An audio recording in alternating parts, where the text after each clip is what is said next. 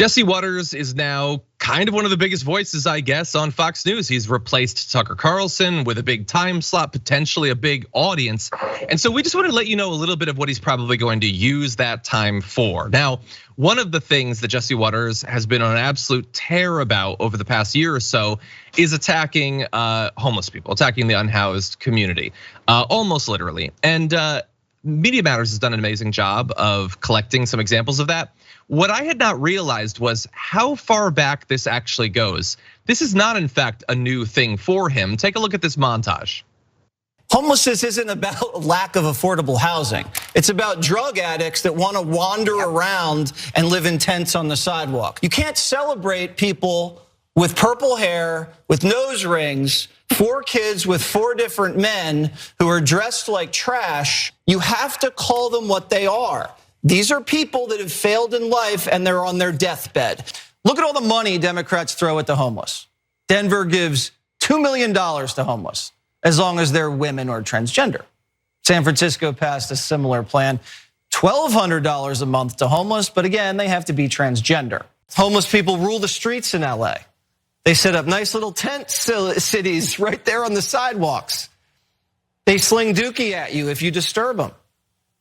And now they even have their own laundromat. Yep, I actually saw a homeless guy today on the Upper East Side with a phone. And he was in a sleeping bag. It was like an REI sleeping bag. It was a really nice sleeping bag. They shouldn't have all this kind of stuff. Okay, so he is clearly one of the most disgusting, reprehensible human beings in America today. I just want to also be clear, he has been doing this since long before his appearances on The Five or his own show. Back on the O'Reilly Factor, when he was plucked from obscurity that I think suited him quite well, he would do segments where he would go and do man on the street stuff, harassing and taunting unhoused individuals, and that has only gotten worse over time. So you saw on that, he hates unhoused people that dress in a way that he doesn't like. He doesn't like that they're dirty, but also, to be clear, he doesn't want them to have access to a laundromat. So it's really not clear exactly what state he wants their clothes to be in. He thinks that it is insane that they might have a phone. I mean, how could you afford a phone if you can't afford rent, which is far more expensive? It doesn't actually make any sense, but it's good for him. Basically, anything that he needs to say to justify the hatred, fear, suspicion that he has towards these people and make the audience feel more comfortable with doing literally nothing, that's his purpose. I mean, when he's doing segments where he says that like a major city has a program that spends $2 million and we're supposed to hear that number and think that that's too much, that's too many. Oh, and it's going towards women, so we should hate it more. I don't even understand exactly what the argument here is, other than the fact that he despises these people. What do you think? Yeah, it is also a way of having successful partisan conversation, because so many of America's big cities are ruled by Democratic or governed by Democratic mayors. The problem is that when that has not been the case, this has still been a problem. Rudy Giuliani had spent $500 million in the 1990s as mayor of New York on the homeless issue. So the money being spent on homelessness does not know any sort of party line. The way that mayors have struggled of both parties, Democrats and Republicans, to resolve this issue is, it's been convoluted by courts, by political passions. But this thread that runs through the way that Jesse Waters believes is obviously an insight into what his show is going to be like now that he's taken over the show, and what is informing his conversation about social issues in general. It's the haves that he's addressing, and he's villainizing the have-nots in every case. And it's not to say that there aren't points to be made about homelessness that are not just about looking at them as needing our aid at every turn, and that there aren't other ways of attacking the homeless issue. But the point is, he looks at this in a way that has no empathy, and it has been agendaized for the kind of broadcasting he does, and it runs through the way he looks at every other problem. Yeah. So it's despicable.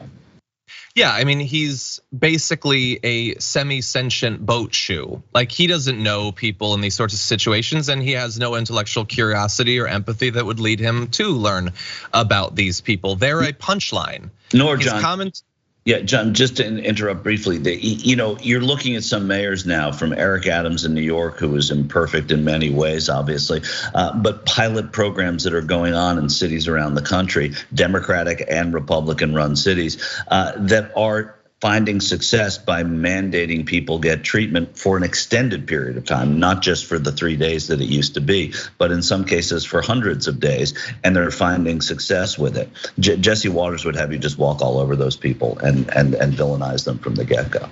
Yeah, and walking over them would be nicer than much of his actual ideas. He wants forced barricade, bulldozing entire areas. They talked about setting up camps outside of cities and forcibly shipping people to the camps. I mean, this is a guy who talks about sprinkler systems to soak them so they can't sleep, or have dogs that bark, or speakers playing music so that they can't sleep and they have to leave. This is a fundamental dehumanization.